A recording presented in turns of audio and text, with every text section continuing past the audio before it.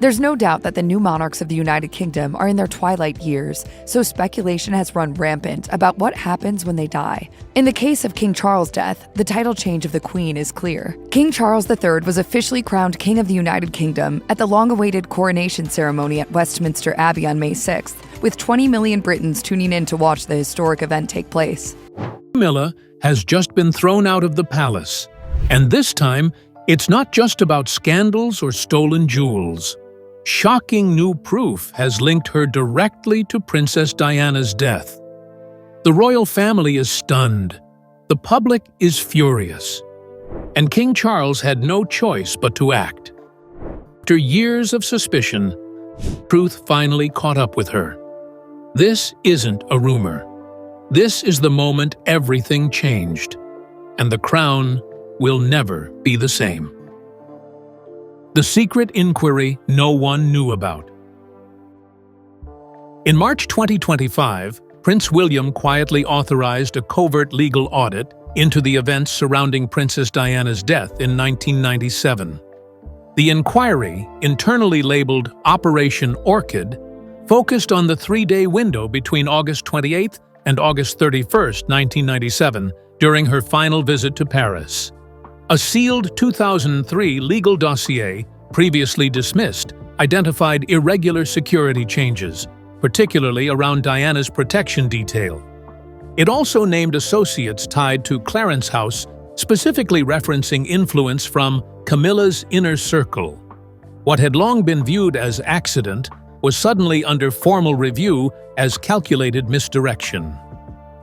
By May 2025, former French investigator Jean-Luc Martin testified that records from the crash investigation had been redacted in September 1997 at the request of the British Embassy. New documents revealed a critical shift in Diana's motorcade escort timing, delayed by 12 hours due to last-minute reassignments. Surveillance logs also showed secretive palace emails labeled Legacy ISI.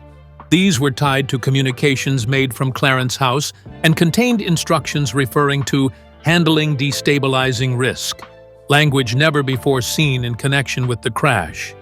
An even more damning piece of evidence emerged from an MI6 whistleblower. The agency released encrypted voice files, one of which was timestamped August 29, 1997 at 22:15. The voice, later confirmed to be Camilla's, asked, "Are you sure the escort can wait?" That motorcade, delayed by 45 minutes, never reached its destination. The crash at the Alma Tunnel took Diana's life just after midnight on August 31st. These recordings, never before disclosed to the public, contradicted every previous claim that the tragedy was purely accidental. The inquiry's final report, submitted on May 28, 2025, concluded that Diana's security detail had been inexplicably downgraded from 4 personnel to 1 just minutes before she entered the tunnel. Surveillance videos and guard rosters confirmed the shift. When William read the findings, he was silent. Behind closed doors, he said, "This wasn't incompetence. This was betrayal." What began as a quiet review became a moral reckoning. The monarchy had to answer for decisions that had remained buried for nearly 3 decades. With Operation Orchid now concluded and secret files unsealed, a new and chilling piece of the puzzle surfaced. A handwritten letter by Diana herself. Long hidden from public view, this letter, penned in October 1996, foretold betrayal in startling detail. Her private fears were no longer dismissed as emotional paranoia. They were now supported by evidence. In the next section, we explore how this letter reshaped history and redefined guilt within the palace walls. Diana's 1996 letter finally made public. In June 2025, forensic experts at the Royal Archives in Edinburgh authenticated a personal letter written by Princess Diana on October 12, 1996. The document, sealed for more than 29 years, was stored in a private vault once owned by her former butler, Paul Burrell. Forensic testing confirmed that the ink, stationery, and handwriting matched materials Diana used at Kensington Palace. The letter warned, "There is a plan. Camilla has more power than anyone believes." These words, long ignored, took on urgent meaning after the findings from Operation Orchid. Alongside the original letter was a second, even more specific note dated June 1, 1997, only 10 weeks before her death. It read, "There is a move underway. If anything happens to me on the trip, open this." Diana was referring to her planned visit to the French Riviera with Dodi Al-Fayed. The envelope containing this note had remained sealed until Prince William exercised emergency override authority in May 2025. Legal scholars quickly recognized the letters as both personal testimony and evidentiary warning. Internal palace emails recovered during the Operation Orchid audit confirmed that between August 15th and August 30th, 1997, Clarence House staff exchanged memos containing phrases like "destabilization may be required" and "legacy transition." Metadata from these emails confirmed that they were sent during the same window Diana wrote her second note. Legal advisors now considered the two letters as posthumous declarations, messages from a woman who saw what was coming. Combined with the voice recordings, they turned palace suspicion into documented pattern. On June 15, 2025, major UK broadcasters released Diana's letters to the public. Within hours, justice for Diana trended across 81 countries. On June 17th, Parliament opened an emergency debate. Commentators called it the most significant revelation in the royal family's modern history. What was once speculation had now become state-level evidence. Camilla's influence, once whispered about, was now written into history in Diana's own hand. Her letters, ignored for decades, finally spoke loud enough to demand accountability from the very palace that had once silenced her. As Diana's letters rocked the monarchy, public pressure surged. But the final blow to Camilla wouldn't come from the press or protesters. It would come from within the palace itself. In the next section, we'll uncover how Princess Anne, long considered the royal family's iron shield, uncovered a hidden financial link between Camilla and the 1997 crash. And what she did next would make headlines around the world. Princess Anne uncovers the hidden financial trail.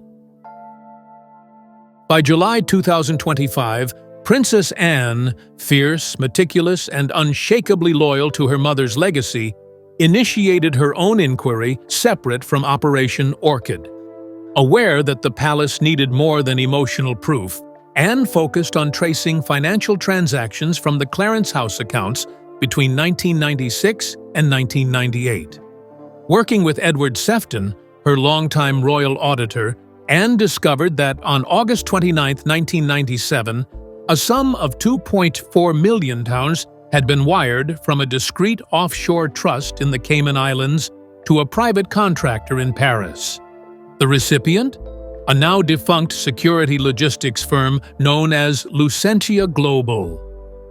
Lucentia Global was unknown to the royal payroll and had no documented contracts with MI6 or official palace operations. The firm's only notable assignment? A vehicle transfer contract on the very weekend Diana died. The paper trail was chilling.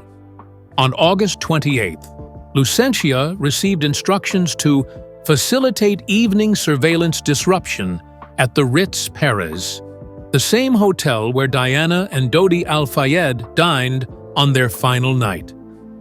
Lucentia's local partner, Jean Moncler, later testified that the phrase disruption meant reassignment of escorts and altered departure routes. Everything aligned with the crash timeline. Digging further, Anne uncovered emails between Camilla's longtime aide Harrison Dent and Lucentia's UK liaison.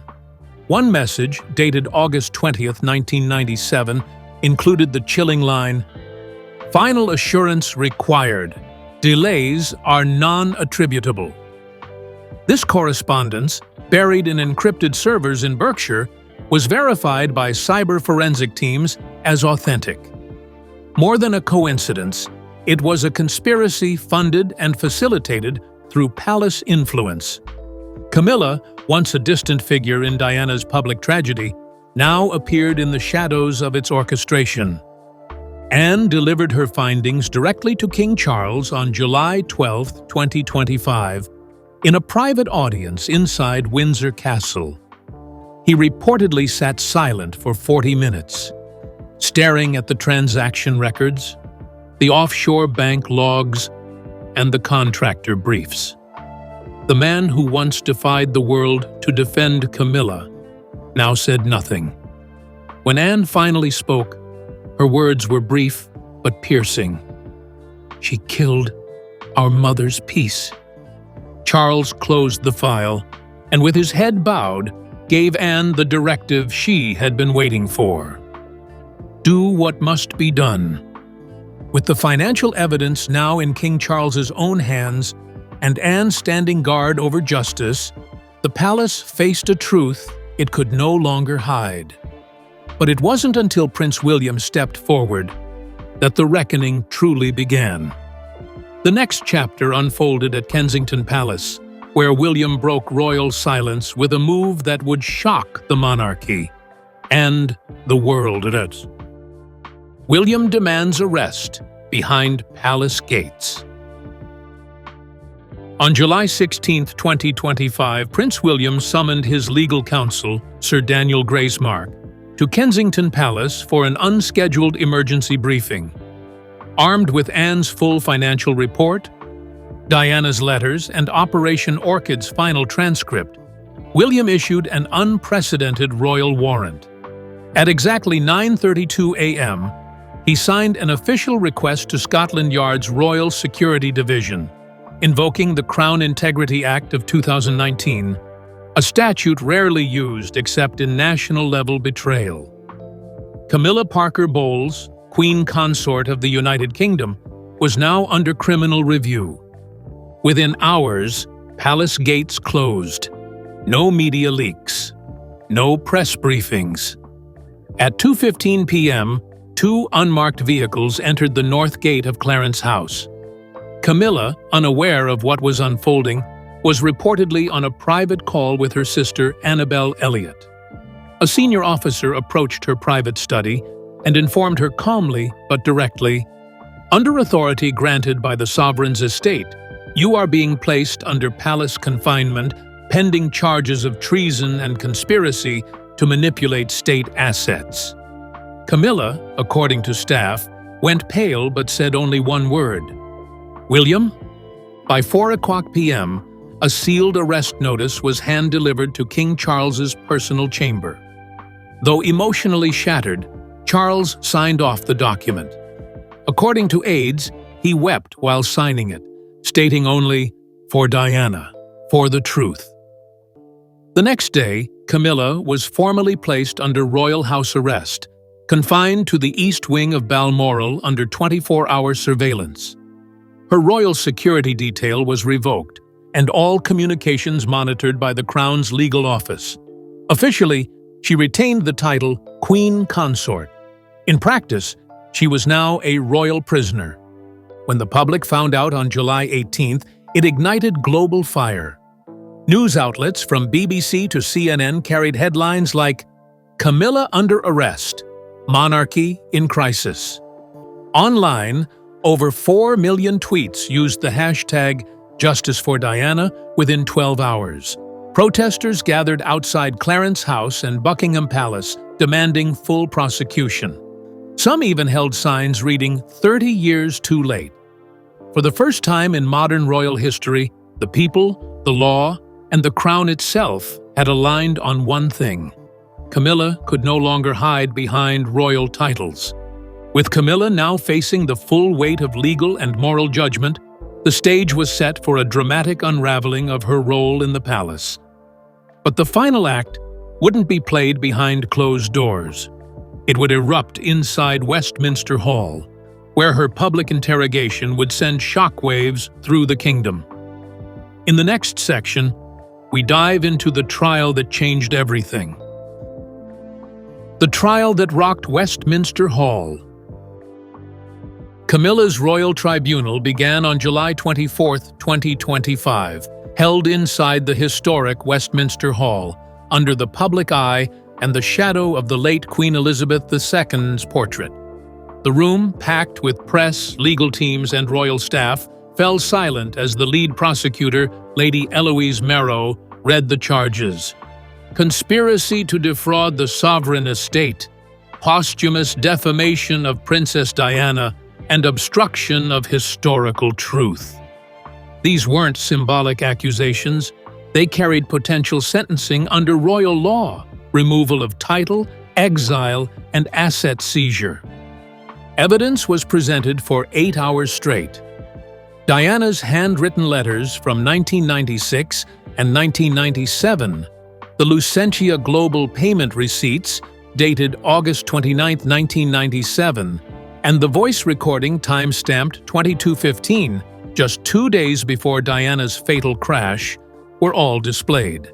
Camilla, seated quietly in a navy coat dress, refused to speak during the initial sessions. Her legal defense, led by Sir Alaric Grant, argued that none of the documents proved intent to harm, only mismanagement.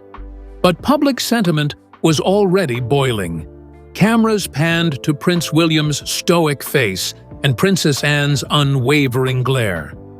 Then came the emotional peak. William himself took the stand on July 25th. He read directly from his mother's letter. "They want me out of the way." The courtroom fell silent. "I believe my mother knew exactly who she was fighting against," William stated, "and we failed her." His voice didn't tremble. The strength behind his words was enough to convict in hearts, even before the law spoke. When asked if he forgave Camilla, he said only, "Forgiveness is not mine to give. Justice is." On July 28, 2025, the tribunal delivered its verdict. Guilty. Camilla was stripped of her ceremonial roles, barred from any future inheritance of royal assets, and sentenced to indefinite exile under supervised confinement at a private estate in Isle of Skye. The crowd outside Westminster erupted in cheers. It wasn't just a verdict, it was closure. For Diana, for Charlotte, for a nation that had waited 28 years for the truth. As the gavel fell on Camilla's final claim to the crown, the monarchy turned toward a new future. But history would not let go so easily. In the next section, we explore how Camilla's exile reshaped the very identity of the royal family, and why Diana's shadow may always remain at its center. Exiled to Isle of Skye. On August 2, 2025, Camilla was discreetly transferred to a private estate on the Isle of Skye, a remote location selected by the Royal Exile Council for its isolation and limited access. The estate, once owned by a distant cousin of the Queen Mother, was stripped of modern amenities, surrounded by 3.2 miles of forest and cliffs. A royal decree signed by King Charles the previous evening officially banned Camilla from visiting any royal palace, ceremonial event, or public engagement under Crown authority. She was, in every sense, a ghost of her former title. The media called it a velvet exile, but insiders knew the truth. The estate had only 6 staff, all Crown-appointed, including 2 security officers, 1 cook, a nurse, and 2 administrative stewards. Camilla's communication was limited to supervised calls once a week, and her only visitor allowed was her sister Annabel Elliot, pending approval. All funding for her upkeep was reallocated from personal Parker Bowles family assets, not the sovereign grant. The estate's perimeter was under silent monitoring by Scotland Yard, who classified her status as Tier 3 containment, royal security breach risk. Camilla's days reportedly followed a strict routine. Wake up at 6:30 a.m., meal check-ins, therapy sessions twice a week, and an enforced lights out by 9 o'clock p.m. She was allowed access to books, no internet, and only censored news reports. Her only window to the world became the occasional mailed letters from her children, Tom Parker Bowles and Laura Lopes, both of whom had also faced scrutiny. Laura, after her tribunal testimony, was stripped of art trustee privileges at the National Gallery, and Tom resigned from his Daily Mail food column amid public backlash. While Camilla faded into silence on the windswept edges of Scotland, inside the walls of Kensington Palace, a different kind of storm was brewing. Prince William, now more resolute than ever, turned his full attention to one question that remained unanswered for nearly 3 decades. Who else knew? The next revelations would not only shake the monarchy's present, but threaten to rewrite its past.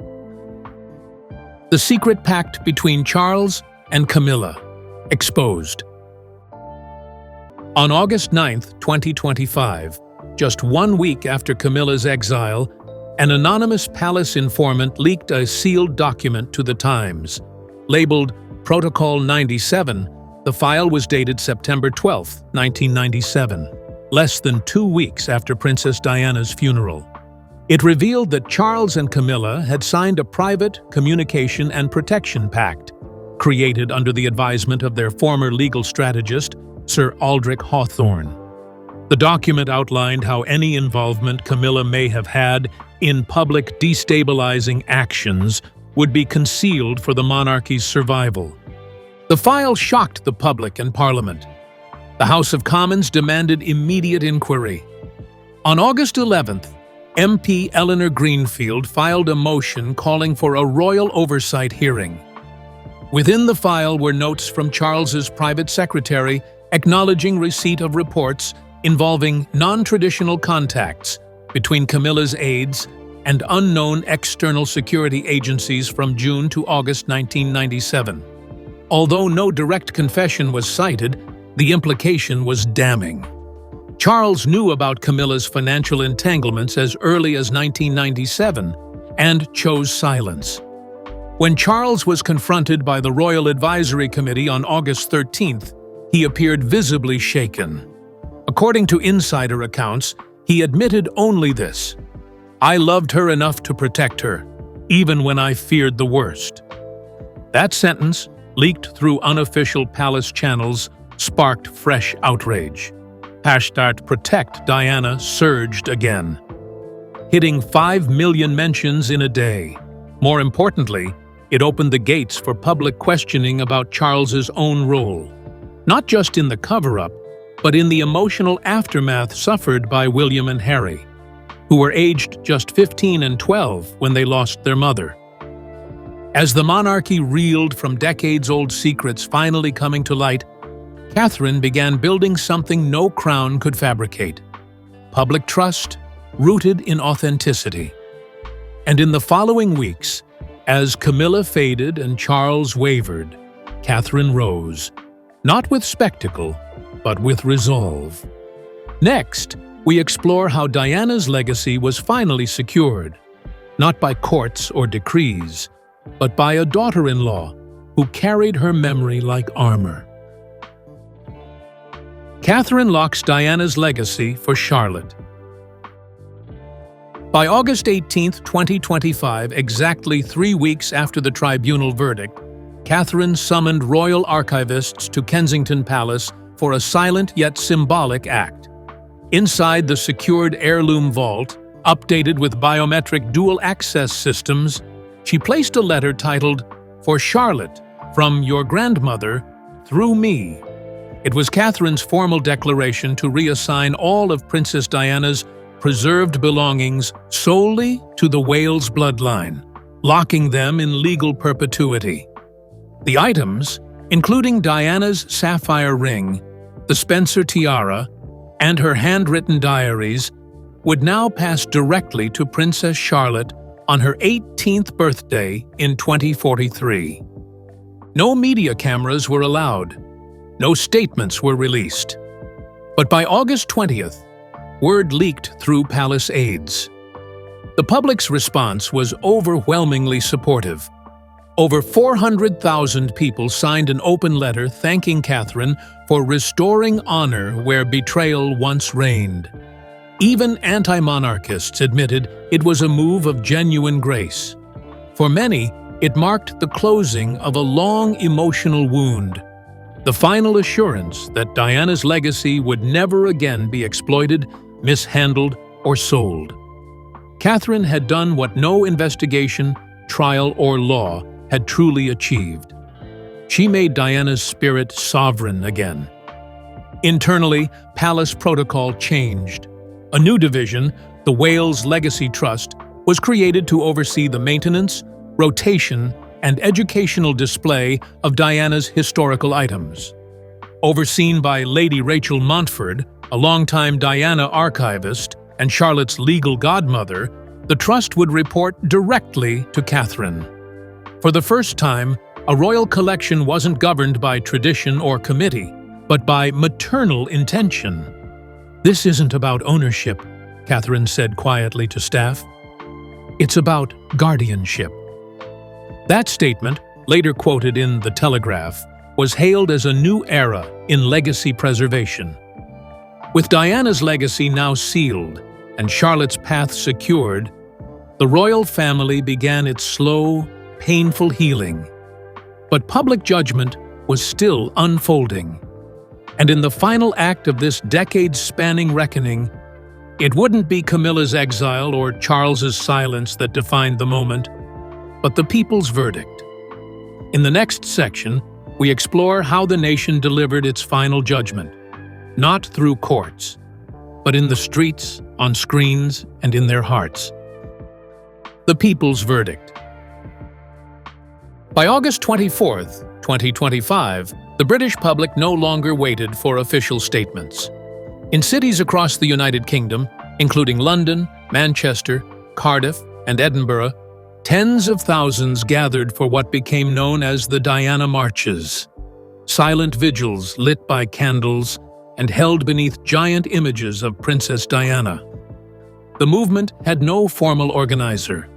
It had no political sponsors. It was born on social media, fueled by hashtags like #Diana deserved better and Camilla is gone, which trended globally for 6 consecutive days across 31 countries. Public sentiment, once divided during the 1990s, had now aligned.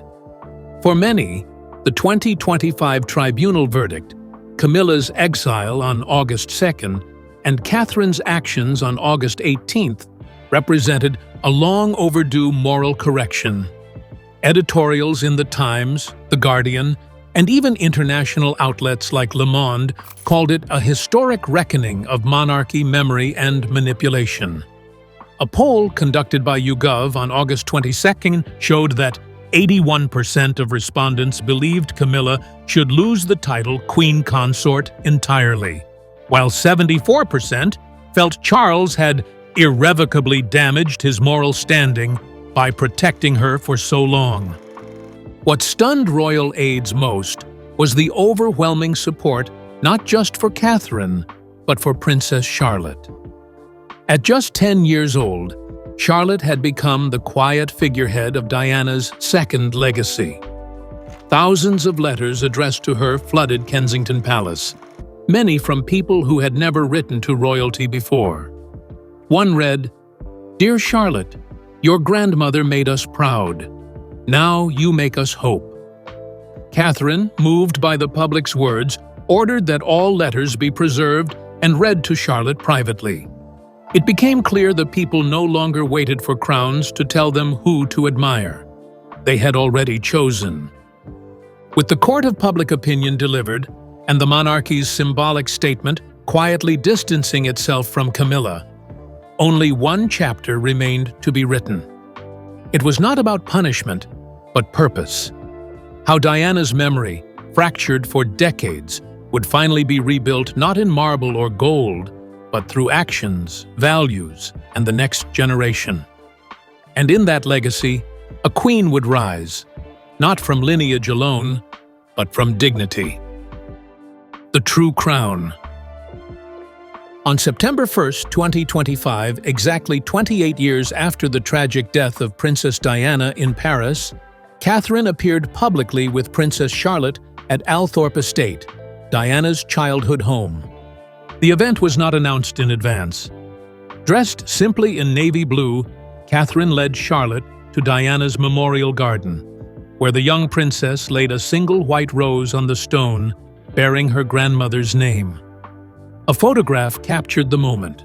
No tears, no spectacle, just silence and solemnity. It became the most shared image of the year, appearing on front pages from New York to New Delhi. This was not just a tribute, it was a declaration. Catherine's gesture signaled that Diana's story would no longer be written by others, not by tabloids, not by scandals, and certainly not by the shadows of betrayal.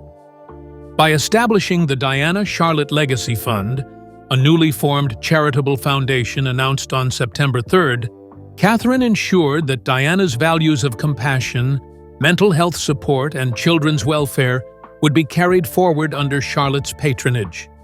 The fund received £12 million in public donations within its first 4 days, with supporters from 52 countries contributing. Inside Kensington Palace, changes followed. Diana's preserved belongings were moved to a dedicated vault wing, where Charlotte would one day oversee exhibitions and educational programs in her name. A new family charter, signed by Prince William on September 6th, officially established the Wales family's independence in legacy governance, separate from the broader royal household. The move was historic. It marked the first time a branch of the monarchy established full custodial rights over a former royal's estate and public memory. Diana, once silenced and erased, now had a formal place, not just in hearts, but in royal law. As for Camilla, her name faded from royal correspondence. Her exile continued at Highgrove, now transformed into a distant estate under private security oversight. Charles, though still king, appeared less frequently in public, often seen alone during walks at Balmoral. The weight of his decisions and the revelations they sparked had clearly aged him. Meanwhile, Catherine rose not just in popularity, but in moral authority. A September 10th poll by Ipsos UK named her the most trusted royal figure with 89% approval, surpassing even Elizabeth II's final rating in 2022. The people had spoken and crowned their queen in spirit. This was never just a story about jewels or exile. It was about betrayal, truth, and the invisible power of memory. In the end, Camilla lost not just her crown, but the trust of a nation. Diana, long gone, had never been more present. And Catherine, without ceremony or title, had become the queen the people never had, but always wanted. Through Charlotte, that legacy would continue. And as one letter to Kensington said best, "The true crown was never on her head. It was always in her heart."